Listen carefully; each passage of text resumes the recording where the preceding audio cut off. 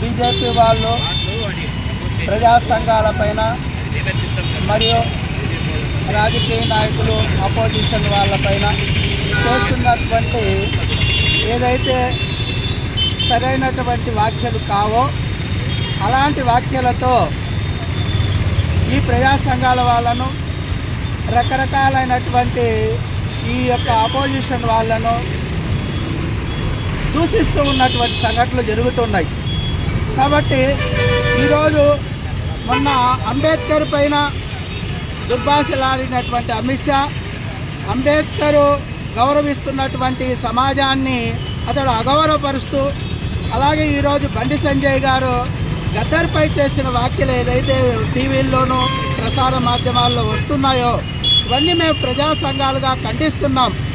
ఎవరైతే సమాజానికి సేవ చేసినారో, సమాజాన్ని మలుపు తిప్పినారో, అటువంటి వారిపైన ఈ సమాజానికి ఉపయోగపడినారో అటువంటి వారిపైన అనుచిత వ్యాఖ్యలు చేయడం అనేటువంటిది మేమందరూ ప్రజా సంఘాలుగా ఖండిస్తూ ఉన్నాము. కాబట్టి ఆయన బేషరతుగా క్షమాపణ చెప్పాలని చెప్పి సందర్భంగా కుల నిర్మూలన పోరాట సమితి కోరుకుంటున్నది. బీజేపీ చేస్తున్న మతోన్మాద రాజకీయాలకు వ్యతిరేకంగా, అలాగే భారత యుద్ధ నౌక గద్దర్ అంటే ఒక విశ్వానికే ఒక ప్రజా గాయకుడు, అలాగే అతను పాట పాడితే గజ్జె కడితే ఈ విశ్వమే వణికే భూస్వామ్యులు, సామ్రాజ్యవాదులు, అలాగే మతోన్మాదులు, అలాగే పెట్టుబడిదారులు వీళ్ళంతా కూడా వణికిచ్చిన ఘనత ఒక గద్దరికే ఉందని ఒక ప్రజా గాయకుడుగా నేను ప్రజలకు విజ్ఞప్తి చేస్తున్నా.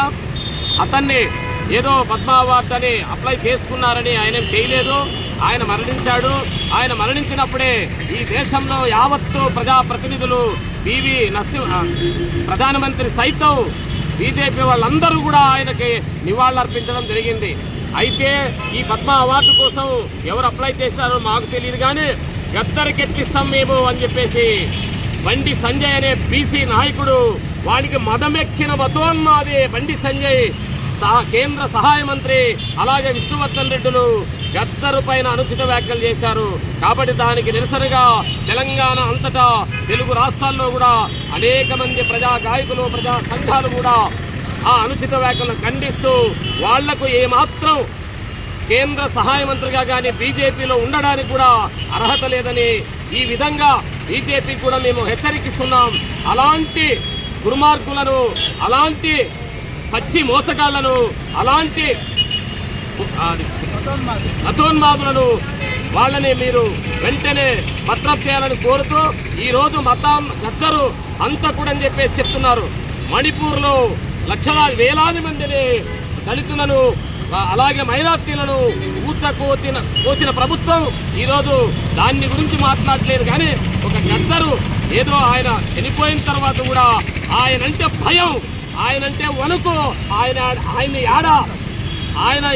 యాడ అనుసరిస్తారు ప్రజా కళాకారులు, ప్రజా విప్లవకారులు అని చెప్పేసి భయంతోనే గద్దరు చనిపోయిన తర్వాత కూడా ఈ బీజేపీ మతోన్మాదులు ఆయన గురించి మాట్లాడుతున్నారంటే గద్దర్ అంటే ఎంత భయమో ఒక్కసారి బీజేపీ మతోన్మాదులకు నేను ఓపెన్గా ఛాలెంజ్ చేస్తున్నాను ఒక ప్రజాగాయకుడిగా.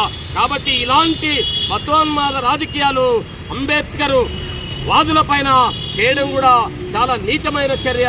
దీన్ని ప్రజా సంఘాలుగా మేము తీవ్రంగా ఖండిస్తున్నాం.